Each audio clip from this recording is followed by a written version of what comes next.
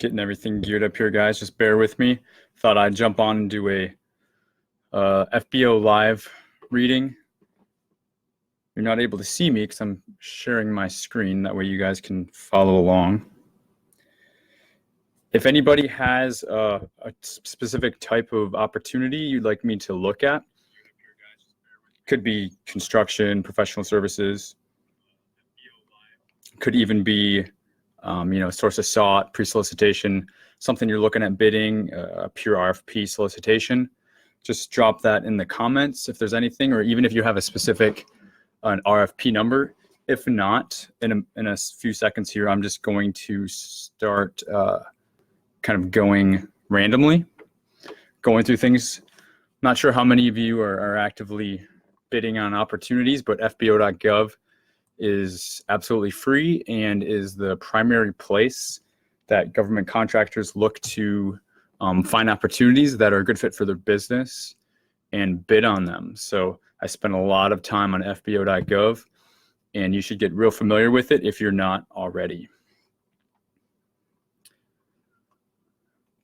So I'm just going to go ahead. I'm going to look at a full-blown solicitation here.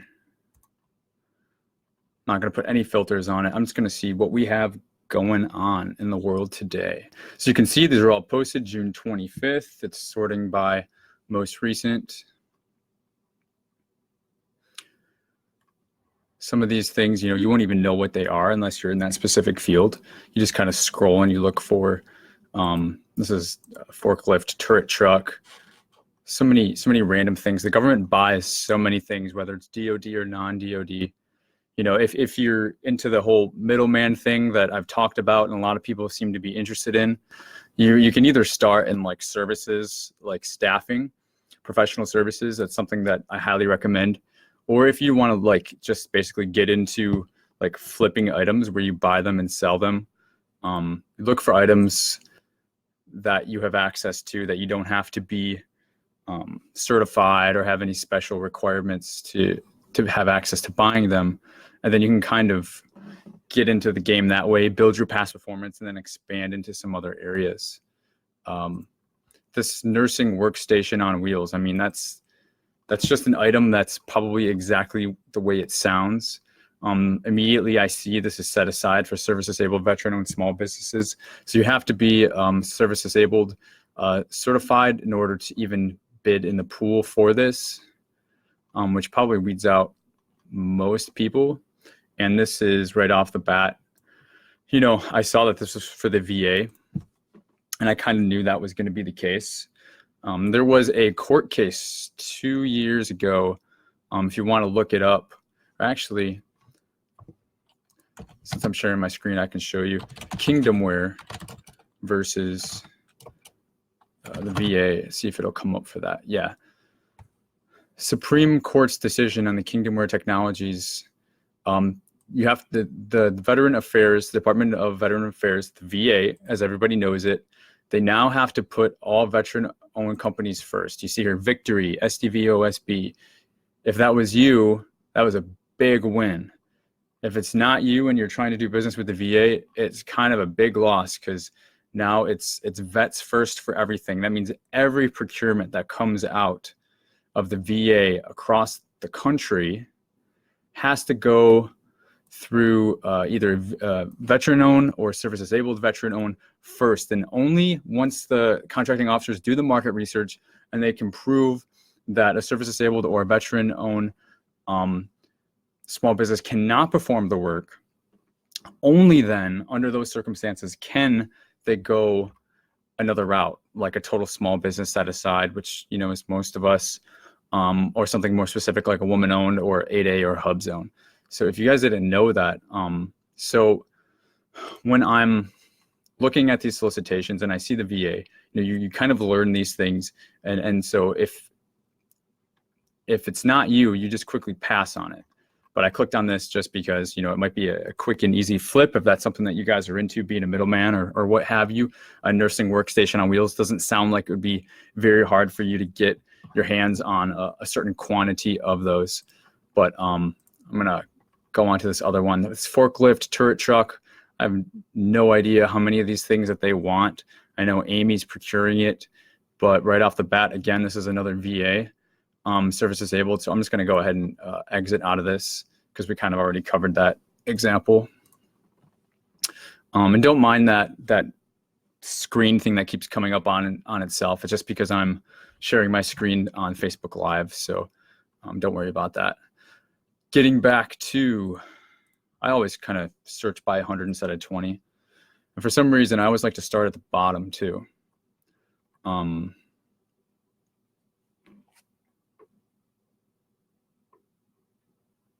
see, I'm just taking a break to read through the comments here, guys. I'm still here.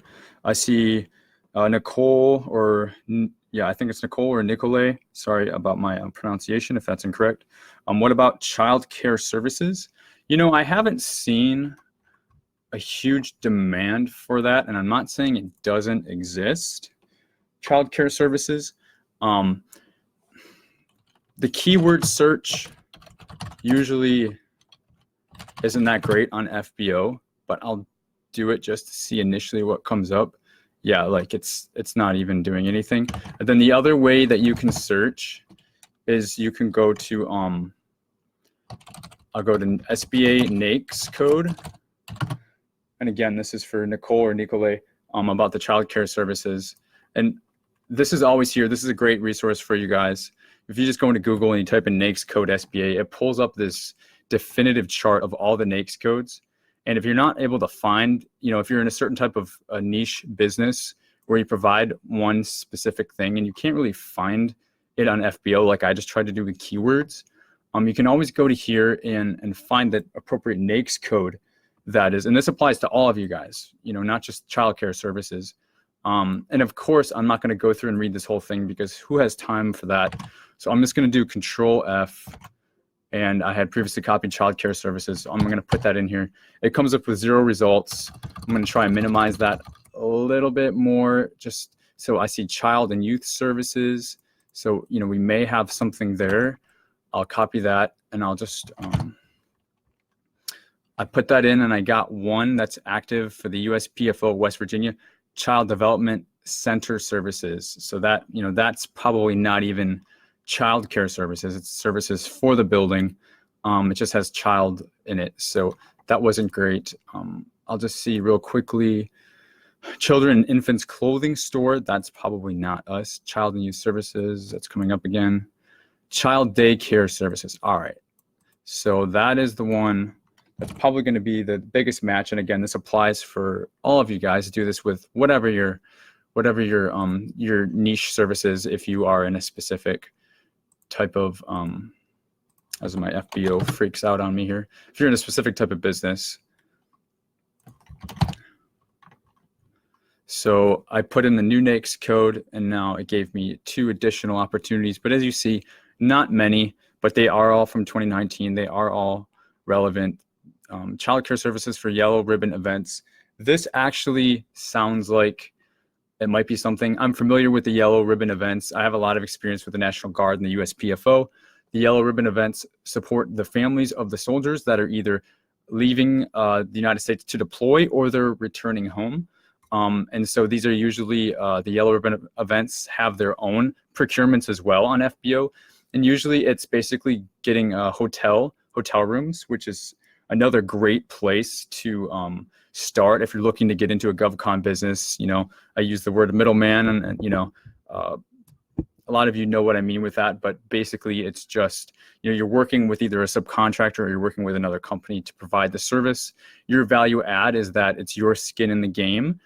That's, you know, you're a middleman, but you're not really, because you do have investment in it, and you're also providing yourself or other program managers billable hours, and that way you're able to meet your limitations of subcontracting to be a middleman.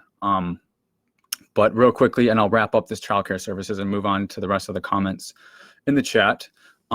This one looks like it would be a good fit, Nicole. Childcare services for yellow ribbon events, and I haven't pulled open the solicitation yet.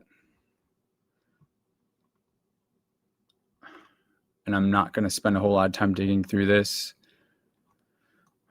But my point is, at these hotels, when they have these yellow ribbon events, they have a separate room for child, basically babysitting, childcare services that you're talking about, and they have one or two people that are staffed or what have you watching. So this sounds like it may be a good fit, or probably the closest fit that we would be able to find. But again, as you could see, there wasn't a whole lot under that. So I don't know of a huge demand for that in the DoD or the non-DoD. But this was a good exercise to show you guys through either searching FBO with keyword search, and then when that fails, like it often does, finding an appropriate NAICS code if it exists, and searching that way. And if you're thinking about getting into this business, this is a good way to do your market research and your homework before even getting into it, to see if there is adequate opportunities for you to go after. Takeo asks about, I'm back in the Facebook comments, asks about Janitorial Services. Takeo, if I'm pronouncing that correctly, yeah, there's a rather large demand. I see that fairly often. If you've looked, you've probably seen it as well. Since I've got my SBA NAICS code document open, I'm going to go ahead and pull the NAICS code right for Janitorial Services with a size standard of 18 million. I'm going to pop that back into here, into our search. And as you can see, as compared to the previous example, we have a boatload of relevant opportunities. Make sure you're always checking the date and year on the right side of the column. A boatload of janitorial services opportunities. Again, somebody who's looking to get into GovCon, I highly recommend professional services, i.e. staffing. Janitorial services, if it's something that you can focus on, they can be very good contracts. There's a couple of different ways that you can, I don't want to say bill out, but they're either going to just have you, usually two different ways in a janitorial service contract. They're just going to staff the people and they're going to work 19, 20 hours, not 19 or 20 hours, but 1,920 hours a year. And you'll just bill out monthly. Or they may have you on job specific opportunities where, every couple months they need janitors to come in and clean up a facility, in which case you might kind of like bill out per job or per need. And that would be defined in the contract, and it may be 3 or 4 services per year with something like that. I see that a lot at the parks where seasonal demand is high, where they may need you during the summer and spring months, but they don't need you in the winter as much or at all. So that's services.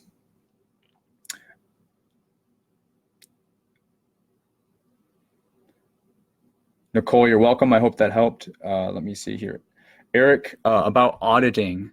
I'm not sure what type of auditing you're talking about, but that's okay because nobody knows it all, and definitely including myself. You guys are all experts or semi-experts in your respective fields, and I am not an expert in most things, or dare I say anything at all. But that doesn't mean you don't have ways of finding things out. That's what we're all in the business of doing here, of making things work. Audit, I'm not having a lot of luck here. Eric, if you can define what type of auditing, if you're talking about a financial or accounting auditing, which is what comes to mind for me, that will probably be other accounting services.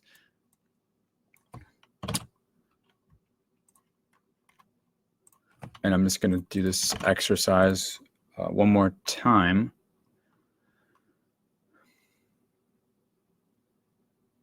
If you do auditing, I'm not sure if that's the only thing that you do, Eric. If you perform other services that you can bid on other types of contracts to supplement this as well, that would be great, since it is such a specific service that you perform with auditing. And also because it's the U.S. federal government, I don't know if they let let me rephrase that. I don't know what the parameters are on the companies that the U.S. federal government allows to audit specific agencies, because that's such a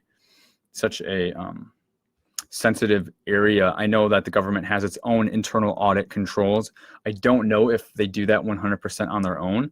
I feel like in some areas they would, but there may be opportunity. I see accounting, auditing, and compliance reviews. So yeah, accounting, auditing, and compliance reviews. So that's kind of what I'm speaking to here. I thought that was kind of what you meant with that. So I don't know how much of it is done internally because of the nature, because it is the U.S. federal government. But I think there are some, since the NAICS code wasn't bringing me up anything. I'm just going to try to do a quick search with keywords, which rarely. And one other kind of trick of the trade that I do is, Google is always your best friend. So one thing that I always do, I'll type in fbo.gov as my search parameter, and then I will type in auditing. And usually if there is procurements from the past, because right now I'm just trying to gauge if it's even a thing. And usually it comes up on FBO because it's been around for a while. So this is from last July. It was out of the Department of Agriculture. And again, this is from Google. This is not from fbo.gov. And there's the USDA is saying that they intend to procure the services of independent certified public accounting firms, that's you, Eric, to conduct the financial and compliance audits of the offices of the Federal Milk Marketing Orders. So there you go. This link down here, it should still open up, but it just won't be active.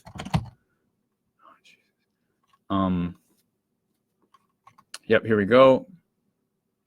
CPA audits. So there you go. What I would do then, since this is something you're looking to get into, I would pull this NAICS code and I would use this to go more into depth onto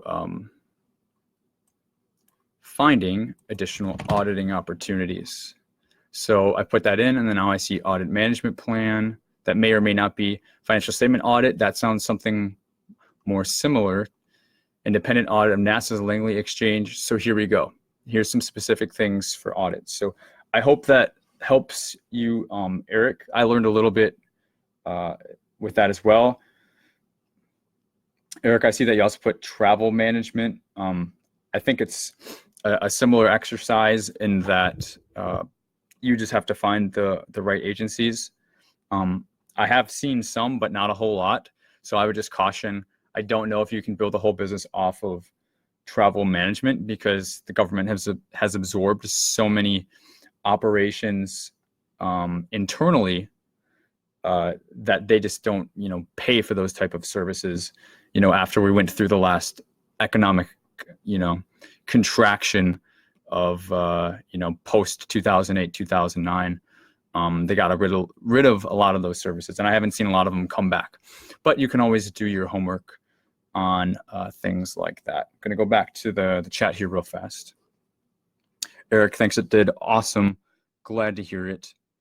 If you just joined a few minutes ago, I was just jumping on doing a session of FBO Live here, looking at opportunities, June 25th, basically taking any requests. If anybody has certain opportunities they're curious about if the government buys them or not, or wanting me to look at any specific opportunities,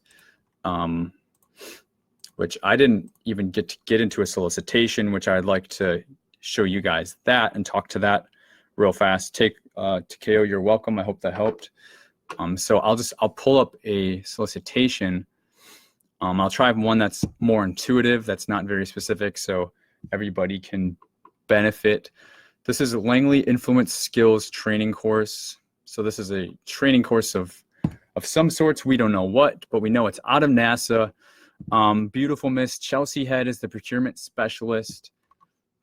They do not have a set aside on this, which often means when it's in solicitation stage, which it means it is full and open competition, which means you're competing against the big boys like Boeing and I mean, you name it, all the big guys that have economies of scale on their side. They have massive past performance and experience, and you probably can't beat them. So for that sake, I'm going to back out and look at one that's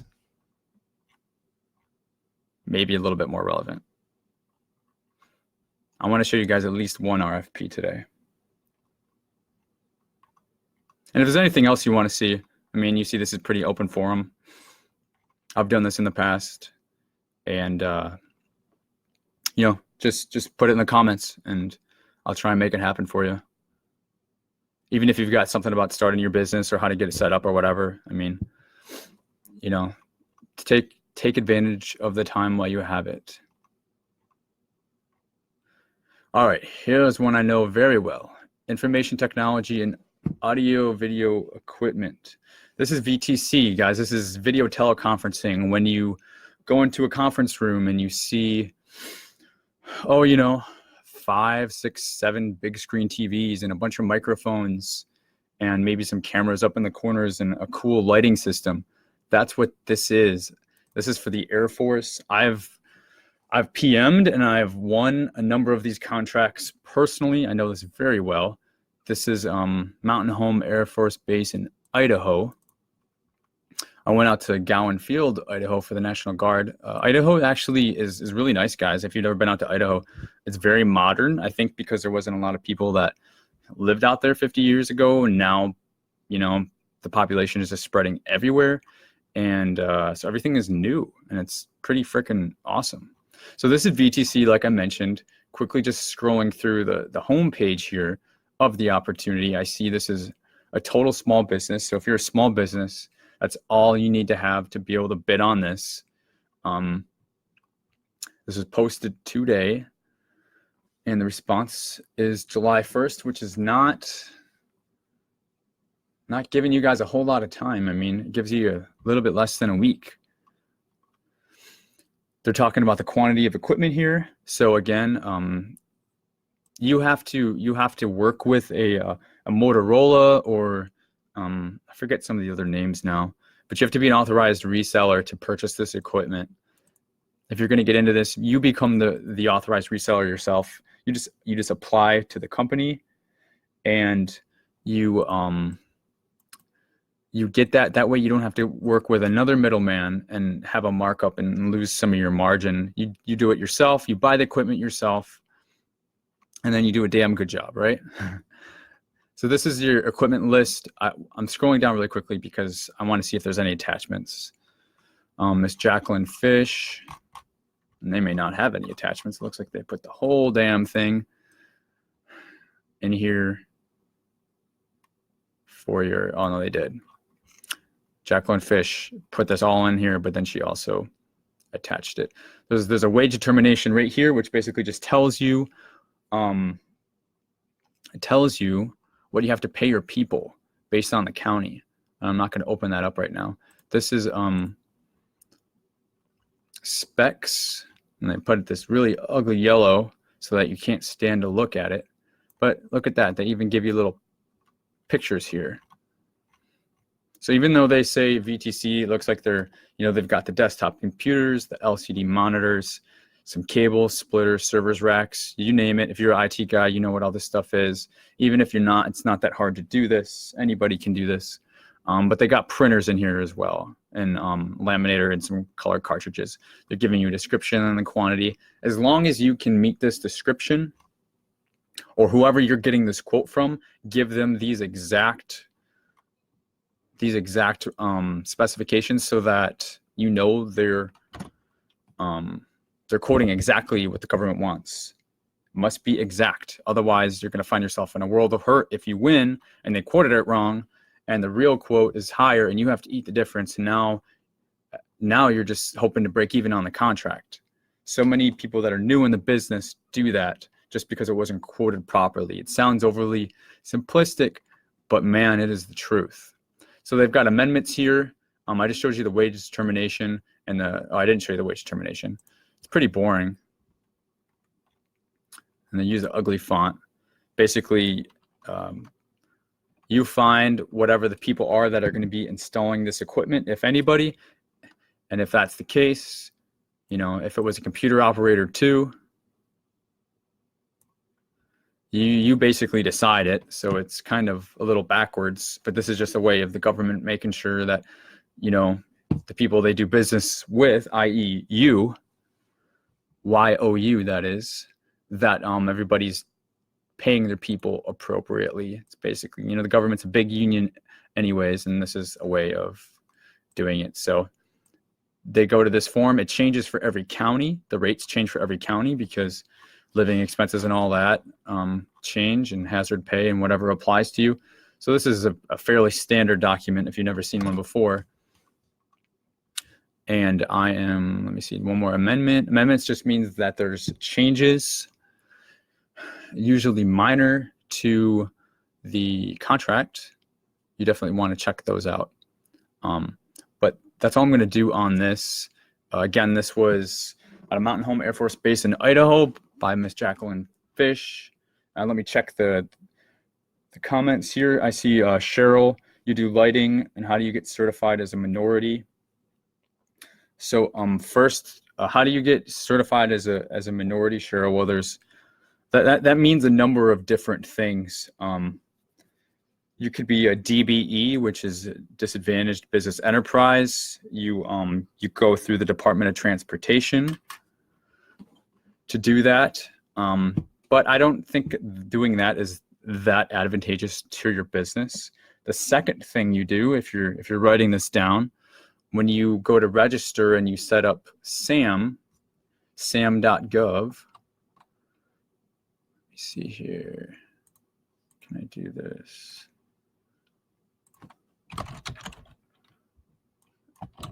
When you go to of course.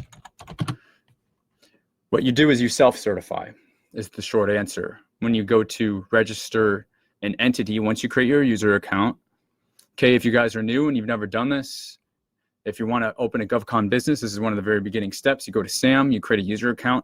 Next, you go over here and you do a register entity. This is going to take you an hour and a half to do. You're going to have to put in a bunch of information about your company, your proposed GovCon company, that is. You do need a TIN, a taxpayer ID number of sort, whether it's an EIN or whatever that number is. So you need to come prepared with that. But once you go through registering your entity, you do a self-certification. It will ask you if you are a minority business, and to that you say yes, you check the box. Also, it'll ask you if you're woman-owned or anything else, and you check that as well. The third answer, Cheryl, you say you have your DUNS. I have my Sam's DUNS, all that. Okay, so you get your DUNS through Dun and Bradstreet. When you go through SAM, you get a cage code. So I don't know if you have a cage code or not. If you don't have a cage code, you're not done with SAM. If you do have a cage code, you probably are done. If you do have your cage code, all you need to do is log into your SAM. That means you already have an account and you've already registered your entity, and you can just review the information. You can change it at any time, and you can update that you are minority owned if you didn't do that originally when you went through the process of SAM. I'll wait to see if you're going to respond in the chat to that, and I'll move on to the third thing, which I think is the biggest. Any of you guys watching, or anybody who's watching this on replay, if you are minority, the best thing for your business, and I can't stress this enough, the best, the way that I was brought up working for a government contractor, she was woman-owned and minority. I got to see it firsthand, and I got to grow her business for her more than anybody else. I bleed this. I know this very well. The best thing, number 3, is the 8A program. The SBA 8A program. Some of you may know about this, some of you may not. Let me find the right link for it here. The 8A program, 8A business development. The federal government's goal to award at least 5% of all federal contract dollars to small disadvantaged businesses each year. Here's your qualifications. Must be at least 51% owned and controlled by U.S. citizens that are economically and socially disadvantaged. You have to meet, I'm trying to find where it says, you do have to be minority, and you have to prove that that goes along with your social and economic disadvantage status. You see very, very few white guys like myself getting into the 8A program. If you guys know what I'm talking about, that's the way this program is, and it benefits any business that is minority owned that takes advantage to it. So real fast, I'll give you a quick rundown. Cheryl, you have your cage code. If you have your cage code, that means number 2, just make sure that you said your minority owned self-certification in your SAM profile. If so, you're good on that. If you want to do the disadvantaged business enterprise, that's through the Department of Transportation. And but lastly, I think the biggest opportunity for you here is what I'm going over, this SBA 8A program. So this is an incubator program. It lasts 9 years. It's 9 years long. Its whole mission in life is to take a minority disadvantaged small business that's new to government contracting, put them in an incubator, and after 9 years, spit them out being a strong, financially stable GovCon business with, all sorts of past performance, having won a bunch of contracts. That's the goal. And it can work that way if you do it right. One of the major benefits of this program is you can win sole sourced or direct awarded contracts, which means you don't have to compete. I'll repeat that. You don't have to compete if you're in the 8A program and you're bidding on contracts. This is a whole nother discussion.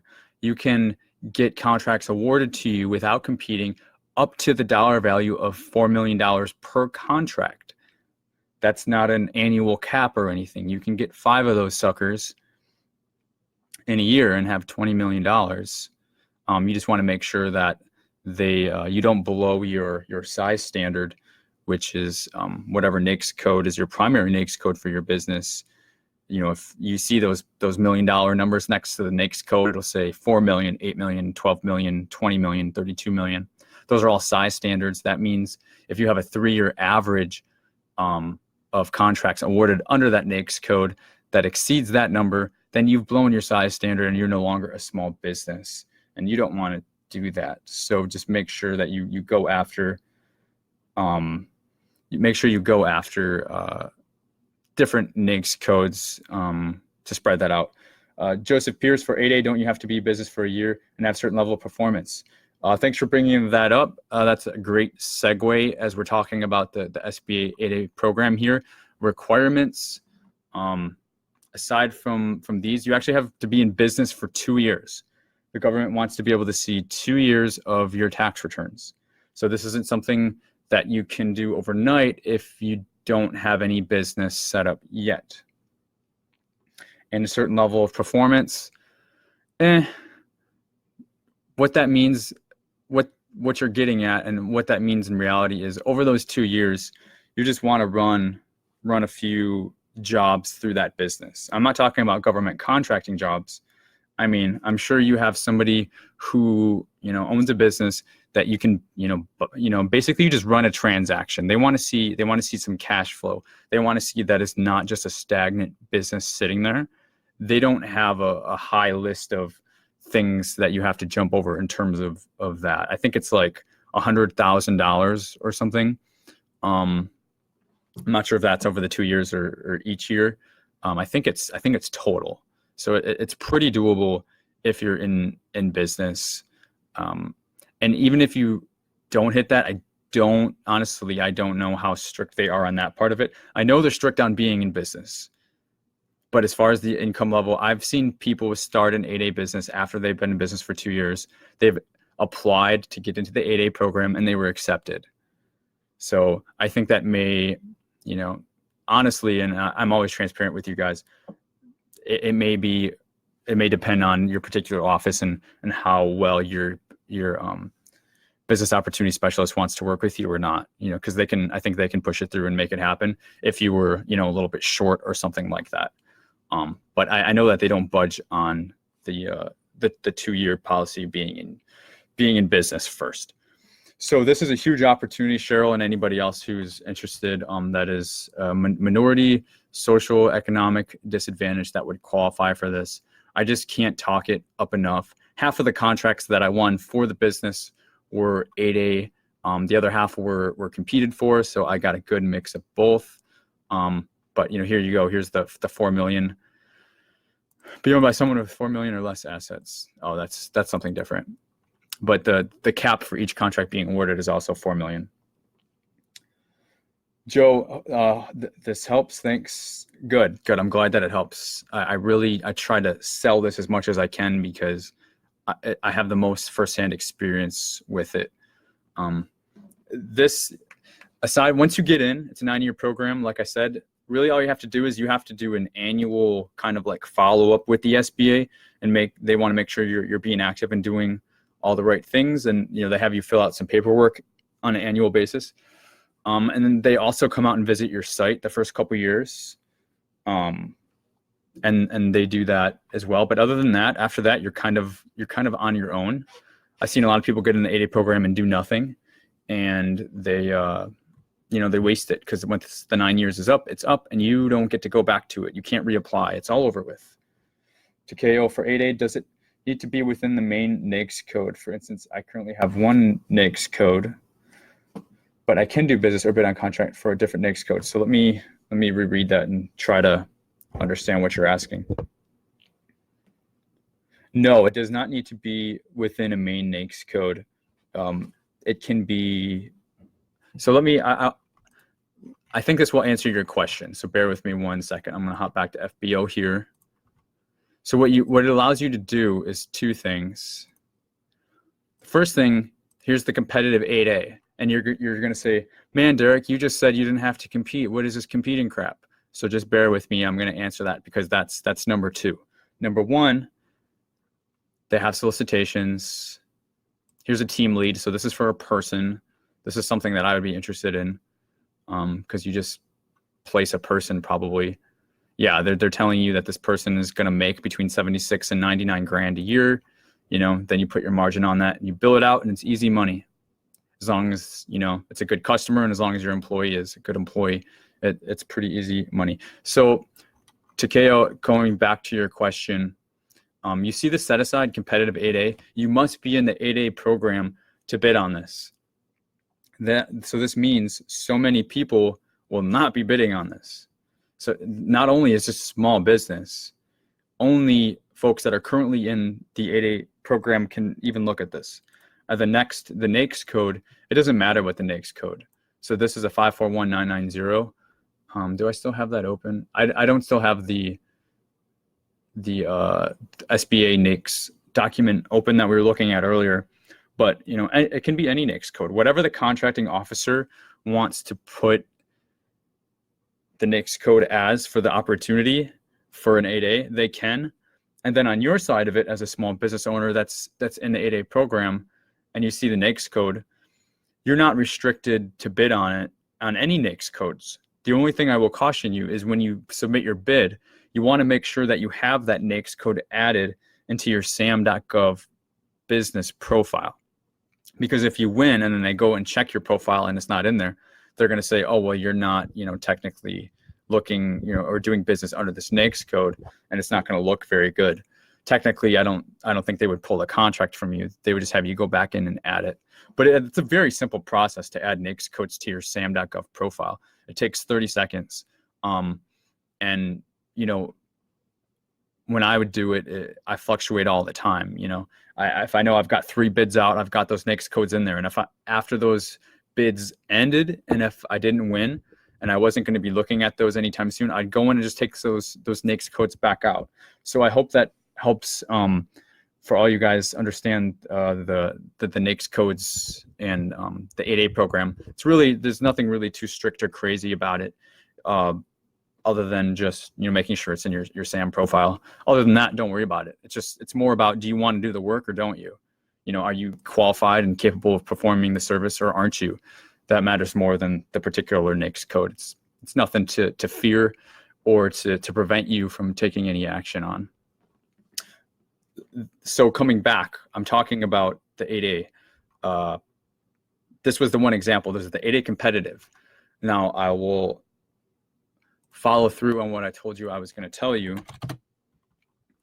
How do you get the non-competed contracts? I know that's what everybody wants to know. So when you're in the 8A program, hopefully everybody watching knows this, but you may not. There's 3 primary stages to an opportunity. The first one is sources sought. The second is pre-solicitation. The third is full-blown RFP, RFQ solicitation. The first stage is market research. The contracting officer is just putting his or her feelers out there. This is the most beginning stage to see if anybody is interested in bidding the opportunity. If you're interested, you respond to the sources sought with your capability statement. Capability statement is just your company one-pager that has, it's your elevator pitch document. I'm not going to get into that too much today. I can do that on another video if you guys are interested in talking about capability statements, but it's just your company's one-pager. You respond to a sources sought with that document, and if they ask you a few questions in the sources sought notice, you just answer those as well. Usually it's just like a one-page response tops. I would do 3 or 4 of these per day, okay? That's stage number 1 of an opportunity. Stage number 2 is the pre-solicitation. Once the contracting officers have gotten all the capability statements in from that first stage, and they review the type of businesses that have responded, and they've looked at their market research, then they decide their procurement strategy that they're going to go after opportunities with. What's included in a procurement strategy is when is the full-blown solicitation going to be issued to bid on. It also will include if there's going to be a site visit, any depending on if it's a construction job or something, you need to see the grounds. It will include a date and maybe a sign-up sheet, stuff like that. But probably most importantly, it's also going to include the set aside and the NAICS codes that are going to be determined for this procurement. Set aside usually often goes by the rule of 2, which means if there's 2 companies with the same set aside, we'll use the example of woman-owned. If 2 woman-owned respond in the sources sought market research stage during the pre-solicitation stage, they may notify everybody that this will now be a woman-owned procurement going forward. Now what happens if you get 2 of 2 different kinds? I don't know. After the rule of 2 of just the 2 companies, it gets a little crazy, and it's up to the discretion of the chief contracting officer for the contracting office to determine. They may look at how the job was done previously, or use whatever other information they have at hand to make that decision. But a pre-solicitation is mostly an FYI. No response is usually required. It's just them letting you know responses to everybody's market research. They don't email you individually. They just post it up as an FBO posting. So you want to make sure you're watching the sources sought so that you get the notice in your email. And then finally, the third stage is the solicitation, where you bid and you can possibly win the contract and have a big party and pop bottles and all that stuff that, even though I'm 31 years old, I should be doing. I don't, because I like to spend my time working and I'm kind of boring. But yeah, this is where you can win and bid proposals. I told you all that and give you a slight little education on the 3 stages to tell you this about winning non-competed contracts in the 8A program. You can only do that through responding to sources sought. Okay, so you can only do that. You can only win sole source, direct award, non-competed contracts through the 8A program through the sources sought. So I had to tell you all that just to tell you that.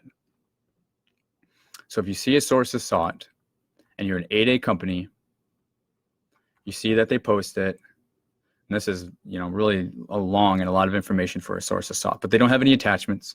What you do is you scroll down to the bottom, you find an opportunity that you can bid. You see right now, this is a NA set aside because, bear with me, I'm losing my voice. This is an NA set aside because this is only market research source of sought. They haven't decided yet. They don't know what they're doing. What you do is you tap Richard Williams on the shoulder, or John Finney, Captain John Finney. No, you wouldn't do it because he's just a PM. So you go to the contracting officer, the specialist. You tap him on the shoulder.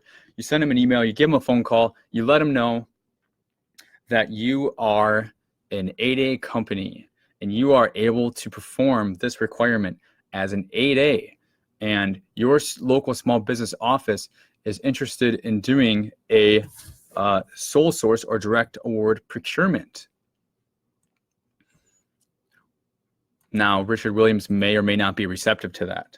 And oftentimes, initially, he won't be. But what you do is, well, this is getting into stuff for another video, but there's a way that you can have your SBA contact the contracting agency here and go to bat for you and say how great you are and give them confidence that they don't have to go through this long, arduous, costly process of going through a source of sought and then a pre-solicitation and then a solicitation and then, and then select the bidders. Mr. Contracting Officer Richard Williams, sir, you can skip that whole process and you can award directly to this company. And, us as the SBA, we're letting you know that this company is in our pocket. We highly recommend them. And you should feel nothing but the highest of confidence in working with this company if this is something that you're able and willing to do for this particular procurement, as long as it's under $4 million. They can't sole source over $4 million, as I mentioned. That is kind of a very gross, vague over generalization of that process, but that actually is what happens. And I won many contracts doing it that way. And that's a whole nother video, but I just wanted, like I promised, to let you guys know, source of sought is where it's at if you're trying to win sole source contracts. Going back to the chat here, Eric Carter, where can I get a capability statement? Eric, you have to make one, man. What you can do is you can go to Google and you can go to capability statement and you can get a good idea of what they should look like.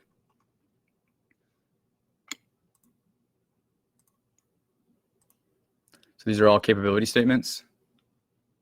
And these, yeah, okay. And you can see it has, the core competencies, differentiators. They've got NAICS codes here. So all the things that a contracting officer would want to see at a very slight glance without wasting too much of their time. Now they know a lot of information about your company, as well as your POC and your set-asides if they're interested in. There's not really anywhere you go to get them. You either make it yourself, you hire a marketing person, pay them $75 and they'll make it for you. It's in my wheelhouse to create capability statements, or I should say the templates and all that, and put those up on my website. I'm not there yet because I have so many things I want to do to grow GovKid. This is something I'm doing full time, guys. So I do so many things behind the scenes you don't even know. But I like getting on doing these videos. But yeah, to answer your question, capability statements, you have to make them. There's nowhere you can really get them. And then Joseph says, on a source of sought, you just sign up as an interested vendor. You can, but that's not really what I was saying. On a source of sought, what you do is, as I mentioned earlier, you still have to respond to it. Typically, your response is your capability statement with maybe like a one-pager talking specifically about the opportunity. But it's all dependent on what they want from you. So I see right here, response format. They're talking about the font. They don't even say anything right here. Most sources sought do not ask for a lot of information, but some do. And those ones that ask for a lot, I just say screw it, because I've found that they are trying to take your information and put it in their RFP. They're basically trying to use you as an industry expert. And I don't like giving out free information for anybody. So this isn't a great example because they have a lot of stuff in here. But Joseph, to answer your question, no, it's not just signing up as a interested vendor. They don't even look at that. That's actually, there's no point in really doing that. So if you go on a lot of opportunities and you just click interested vendor, you're probably wasting your time, to be honest. You probably won't get any return on investment from your time doing that. They're asking you questions here. What is your estimated price for an off-the-shelf system? Just for an example, they have a lot of questions here. I would not answer these. In a typical sources sought, and maybe I'll just go and look at a different one. They don't ask for that much stuff. And the way you respond to the sources sought is you do answer the questions and you attach your capability statement in an email and you email it to them, and then you follow up with a phone call. That's what you do. I wouldn't worry too much about the interested vendor thing. They don't even look at that, to be honest.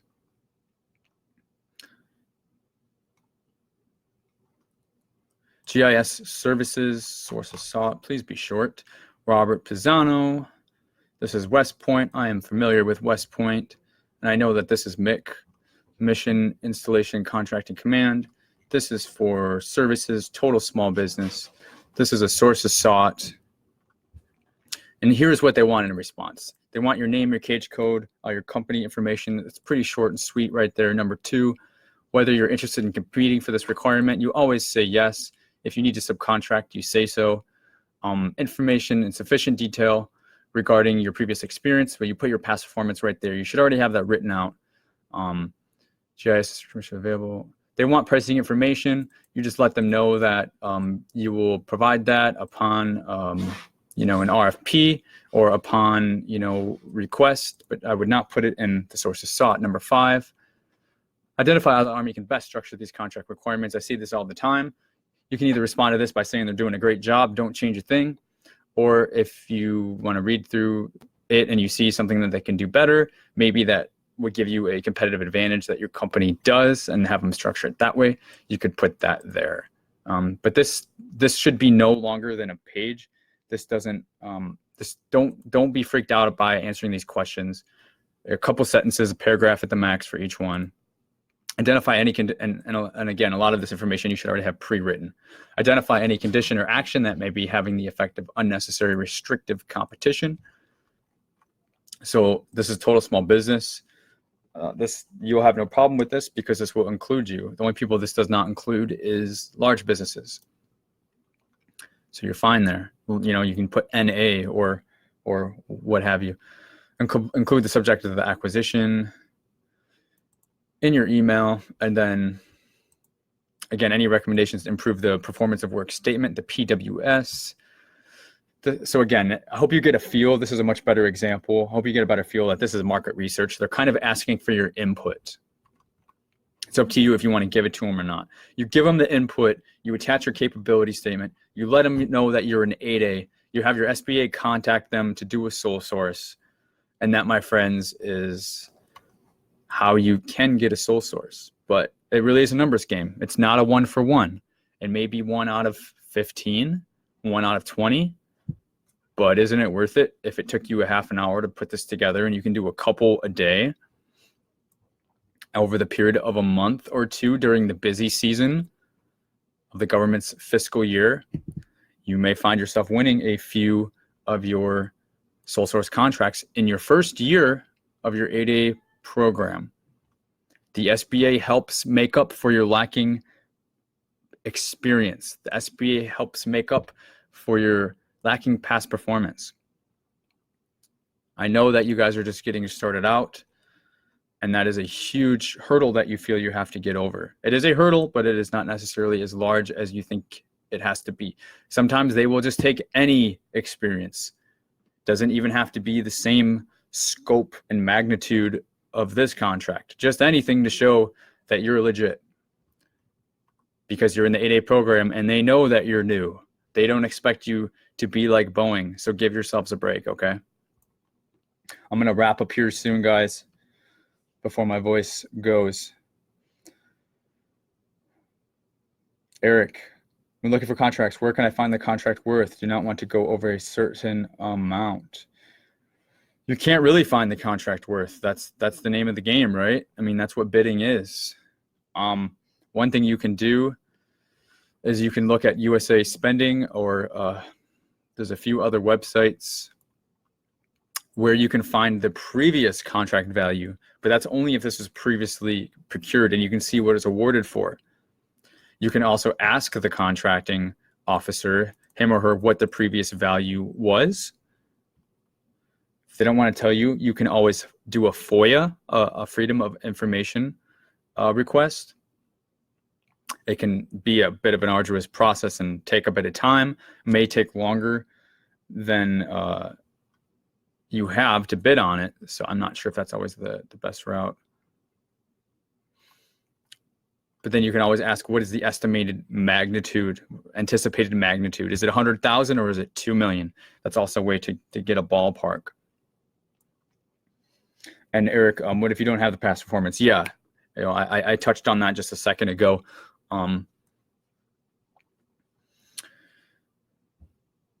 The other thing I'll add to try and give you some more value is you can always use personal past performance. So if you have any specialty that you're bringing to your business and that you worked at a company for the last 5 years doing that, I have personally written proposals where I've used personal past performance if your company doesn't have it. If you're really hard up and you really need it, you may need to set up a JV or something, and you can use the other company's past performance. But I highly caution JVs, because when you bring other people into the mix, things get really dicey and scary at times. And when you're just starting out, I want you guys to grow. I don't want you to be taken advantage of. Takeo, I'm currently selling measuring devices to NOAA and the USGS, but I'd like to sell more.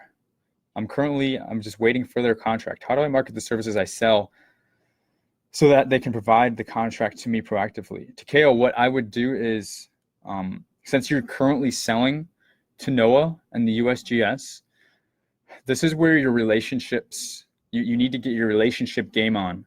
You need to start scheduling meetings. You need to get in the door and start talking to the contracting officer on your contract. But you also need to meet the PM, who is the program manager. The program manager usually is managing multiple other contracts that are, with other contracting officers. And if he or she likes you, they can let you know, hey, we have this other contract. Can you give me a quote on this? I already know you're doing a good job on this, so I trust you. Let me see what your prices would be on something like this. So now you start to go wide instead of just going deep. Since you already are a little deep, you're already doing a little bit of work, Takeo, with selling those measuring devices. Let the PMs, let the people on the inside know that you have measuring devices and maybe you have other things as well. And then you can also, with the existing relationships that you have, aside from trying to get referrals, you can that is what I'm going to say. You can ask those existing people, who else in the agency needs measuring devices or like services, and you get, you don't leave without a name. Every person should give you one name and one phone number. Don't leave until you get a name and a phone number, and then you go to that person. And if that person can't help you, that's fine. They can give you a name and a phone number of somebody else. And you kind of play this round robin game. You start bringing cookies. You don't give it to them. You say they're for the whole office so that they don't feel like they're going to get fired for taking anything from a contractor. You have to really play this relationship building game. And now all of a sudden you can quickly, get 2 or 3 contracts with these measuring devices. And then they can refer you to another agency, maybe somewhere else in the country, because, oh, hey, they used to work with them and now they've moved to this other agency, but they still have their old contracts. And it really just starts to spread and spider web that way. And that's how the game is played. It's a very organic growth. But in a short answer, it's you really, if you're getting it, if you're getting the work already and you're already bidding stuff that's coming out, the only other string that you can play on is the relationship. And I have a feeling you might not be killing it on the relationships, because if you were, I don't think you would have asked the question. But it's nothing specific to you either, Takeo. It's because almost everybody I talk to, they're not hitting on relationships just because they don't know how, and maybe they're afraid, and they find that government, people are either unapproachable or they can't get them. And you just, it's a numbers game. It is true sales. And if you want to grow, that's something that you kind of have to do. If you don't want to do it, hire a business development person and you have them do it. But I'm gonna get off in 60 seconds here. But what you would do is, they're called capability briefings. You contact everybody you can and you set up a capability briefing. That is the one meeting that everybody is not afraid to have with you, whether it's a small business rep, a PCR, a contracting officer, a specialist, a PCR. Everybody, everybody's willing to have that with you because it's non-hostile. There's nothing that could, really bad will come out of it for them. These government people, they are really scared. They're scared of losing their jobs if they meet with a contractor. Just say the magic words, capability briefing. That's what it's called everywhere. You'll find that they'll be a lot more receptive to it. So I'll get started with that. And, like I said, work all the people with the referrals, like I had mentioned. So guys, I hope this was super helpful. I enjoyed doing this. I'm going to try to get on doing it more. If you're watching this on replay and you have something you want me to answer or look up, still add that in the comments because I will read them. And then on the next video I will be sure to put you at the top of the list. So good talking to you guys. Hope this was helpful, and we'll see ya.